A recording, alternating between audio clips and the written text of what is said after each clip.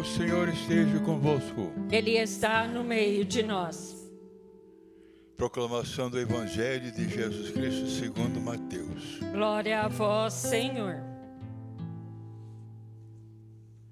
Naquele tempo, Jesus voltou a falar em parábolas aos sumos sacerdotes e anciãos do povo, dizendo: O reino dos céus é como a história do rei, que preparou a festa do casamento do seu filho. E mandou os seus empregados para chamar os convidados para a festa, mas estes não quiseram vir. O rei mandou outros empregados, dizendo: Dize aos convidados, já preparei o banquete. Os bois e os animais cevados já foram abatidos, e tudo está pronto. Vinde para a festa. Mas os convidados não deram a menor atenção. Um foi para seu campo, outro para seus negócios, outro agarraram os empregados, bateram neles e os mataram.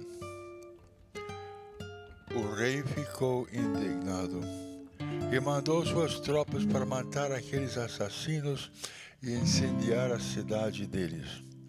Em seguida, o rei disse aos empregados: A festa do casamento está pronta, mas os convidados não foram dignos dela. Portanto, ide até as encruzilhadas dos caminhos e convidai para a festa todos os que encontrardes. Então os empregados saíram pelo caminho e reuniram todos os que encontraram, maus e bons. E a ala da festa ficou cheia de convidados. Quando o rei entrou para ver os convidados, observou ali um homem que não estava usando a traje da festa. Perguntou-lhe: Amigo, como entrastes aqui sem a traje da festa?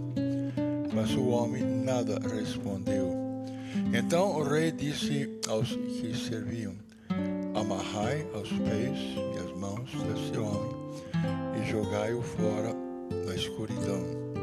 Ali haverá choro e ranger de dentes, porque muitos são chamados e poucos são escolhidos. Estas são as palavras de salvação. Glória a vós, Senhor.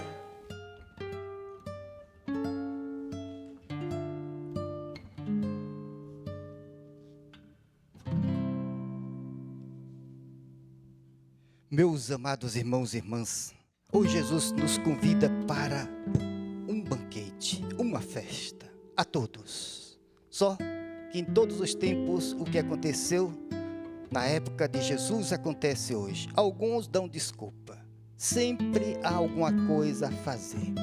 Existem muitas coisas importantes nesta vida e temos que fazer, mas há coisas que são decisivas, necessárias. E o banquete com o Senhor é um desses momentos decisivos. E os padres da igreja sempre viram nessa passagem que esse banquete é por excelência a Santa Missa. Jesus Eucarístico. É esse o convite que ele faz a todos, a vir desse banquete com ele. Porque ele quer dar a nós realmente a sua vida. O demônio, uma das maiores obras do demônio é esta. É fazer com que os católicos, os cristãos, não se aproximem de Jesus Eucarísticos.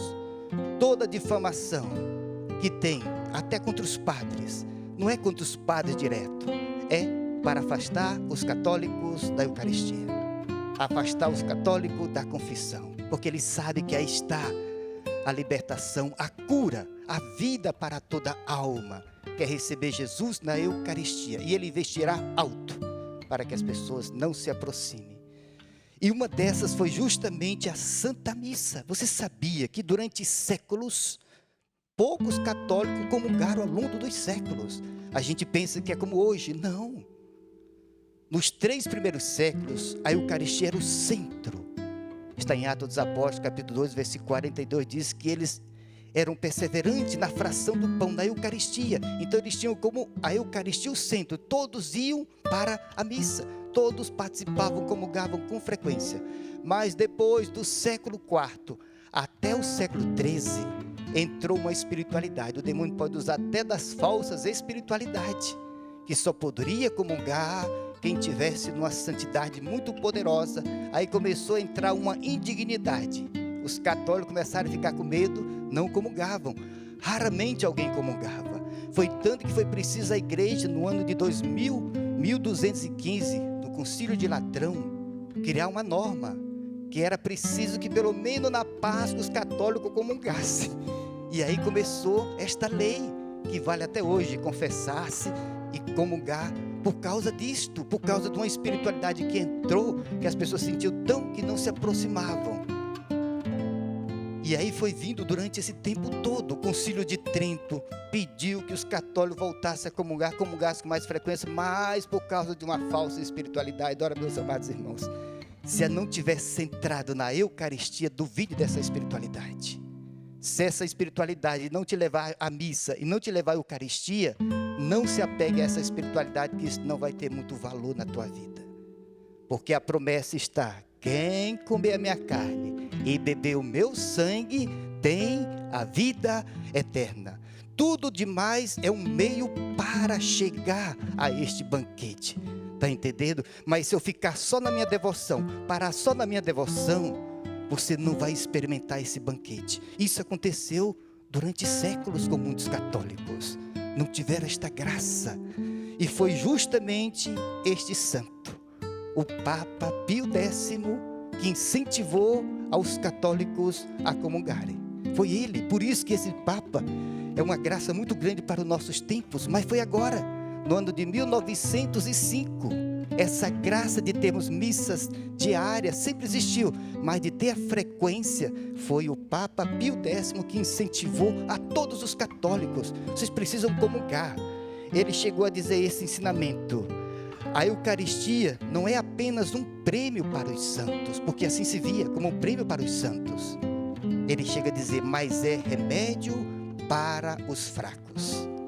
E aí foi ele que permitiu que criança, a partir de 7 anos, porque é o uso da razão, se elas já estão preparadas, sabem distinguir a Eucaristia de outra comida, ele permitiu que essas criancinhas já pudessem comungar este santo.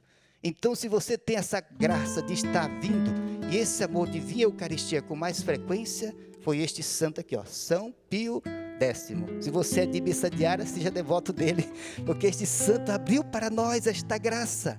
Sempre existiu a missa diária, mas a frequência não era a mesma dos nossos tempos. Como você vê hoje igrejas lotadas, você vê missas multidões, isso não é comum por causa de uma falsa espiritualidade que não aproximaram as pessoas de Jesus Eucarístico. E foi este santo, São Pio X, que nos abriu esta graça e fez com que a gente voltasse a comungar. Ele chega a dizer isto: a Eucaristia é o caminho mais curto e mais seguro para o céu. Está entendendo? Se fala desse mistério, o diabo não gosta, está entendendo? Ele sabe que o negócio é assim mesmo. Como durante séculos impediu os católicos de comungarem, hoje eles não querem que os católicos escutem essa verdade, porque aqui está o penhor da salvação. Mas nós não vamos abrir mão disso. Nós vamos junto com a TV Século XXI, que é a TV mais católica nesse sentido de trazer o culto a Jesus eucarístico, mostrando que este é o centro da vida, da alma.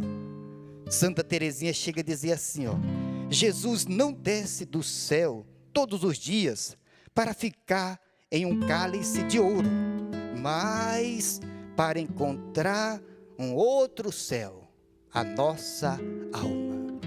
Foi para isso que Jesus quis ficar na Eucaristia, não para ficar só lá no sacrário e nem aqui.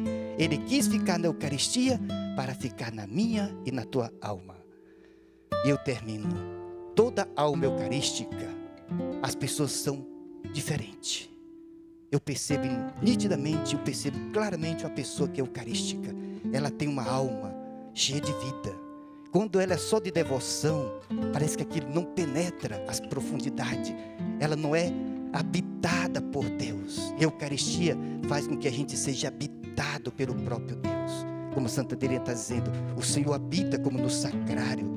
Assim que você vai no sacrário e adora, Ele agora vai habitar na nossa alma.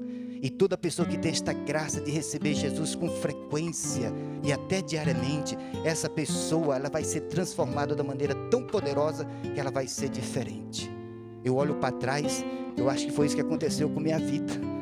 De tanto pecado, de tanto erro, de tanta doidura da minha cabeça, mas eu nunca fiquei um dia como padre sem celebrar missa, sem receber Jesus. Desde os meus 22 anos de idade, quando eu fui batizado no Espírito Santo, a primeira obra do Espírito Santo foi me levar para a missa, foi viver com Jesus eucarístico. Isso é poderoso demais. Então você que tem esta graça de vir diariamente à missa, lute para receber a Eucaristia. Quantos poderiam estar aqui, mas o diabo não deixa. Porque o demônio sabe que se essa pessoa começar a comungar frequentemente, essa pessoa vai ficar cheia de Deus, e a oração dessa pessoa vai ter um poder maior, e essa pessoa vai ter um efeito maior sobre situações.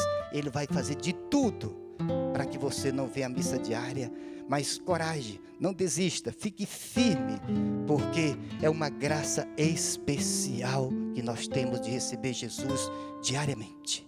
Se você não pode fazer as outras coisas, venha para a missa e não se preocupe muito com as outras, mas se puder, venha para a missa, que aqui você vai ser curado de tudo, aqui você vai ser liberto de tudo, e após essa terra você vai entrar no céu, porque quem come a carne e bebe o sangue de nosso Senhor já tem, não é que terá, tem a vida eterna.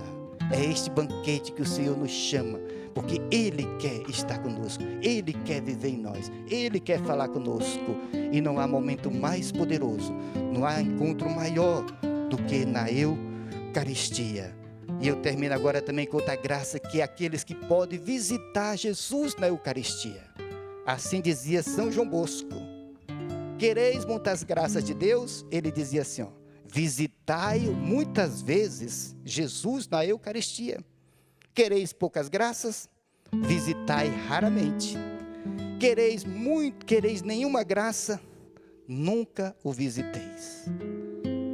Sabia, um dos maiores papas também dos nossos tempos, São João Paulo II, ele era um papa eucarístico. Ele fazia todo dia, desde o seminário, 2 horas de adoração. E já como cardeal e como papa, ele chegou a fazer 10 horas por dia de adoração. E o secretário dele disse que no Vaticano, no meio de tanta atividade, ele chegava a visitar até 20 vezes o sacrário. Meu Deus do céu! Mas foi o santo que mexeu na estrutura dos nossos tempos. São João Paulo II. Todo homem eucarístico, toda mulher eucarística, Deus fará grandes coisas por meio desta pessoa. Por isso que o Padre Eduardo, a Irmã Luísa, a TV Século XXI, o Senhor pôde fazer esta obra tão poderosa, porque eles são eucarísticos, e como eu já disse, a TV Século XXI tem como centro Jesus eucarístico. Coragem, povo amado, estamos sob um poder, e fomos convidados, e hoje estamos aqui no banquete, que Jesus mesmo vai dizer: isto é meu corpo, isto é meu sangue, dado por vós.